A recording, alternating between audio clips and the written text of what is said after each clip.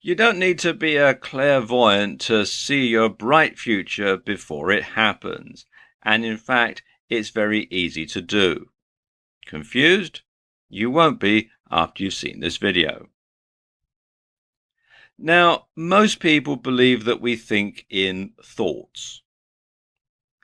That is to say, we have an inner monologue that works like the thought bubbles in comic books.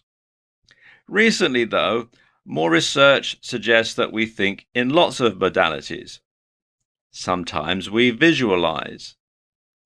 Sometimes we imagine our bodies doing something and almost feel what we're thinking. And sometimes we just know.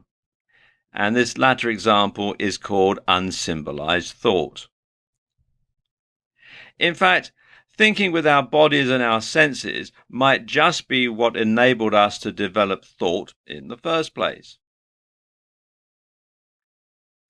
Now, briefly, embodied cognition is the idea that all our thoughts eventually relate back to physical experience. So you can imagine something because you've done it.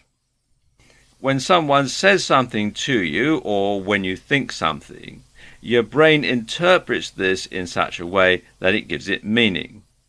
You don't inherently understand language, which means the brain must be translating it into some kind of pure meaning.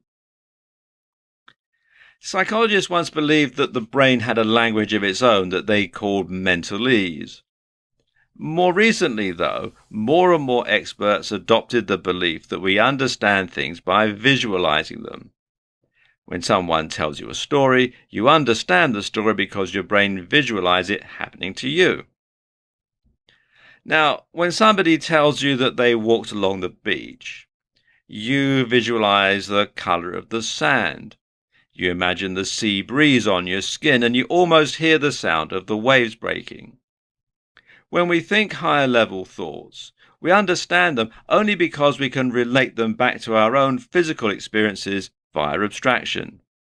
Maths, after all, is fundamentally based on counting. This is also consistent with the idea that areas of our brain light up during visualization, just as though we are really engaging in the action. So, if you imagine yourself swinging a golf club, then the neurons relating to that movement will fire in your brain, and as far as your brain and body is concerned, it might as well be happening. Don't believe that visualization can trick your brain into thinking something is happening and thereby alter your emotional state? Well, just try reliving some of your most upsetting moments or imagining scenes from a very sad movie, and you'll start to feel incredibly sad in no time. So, how can you use this power of visualization to improve your productivity or to help you achieve your goals? Well, there are a number of different ways. The best way is just to imagine what it will feel like to achieve your goals. Create a detailed mental image of the desired outcome using all of your senses. For example, if your goal is to lose weight, imagine what it will be like to put on a pair of jeans in your desired smaller size. Imagine what it will feel like to walk down the street wearing them. Think of the compliments you'll get from friends and family. Imagine how good that's going to feel. The anticipation of getting the desired result can act as an incentive for you to go out and achieve the goal. You can't wait to experience those feelings for real. Now visualize the opposite. Imagine it all going wrong and then remember why it matters. You can do the same thing with almost anything you're struggling to focus on. By linking what you're doing back to the emotional hook and the reason that you're doing it, you can much more effectively find the determination and drive that you need to complete it.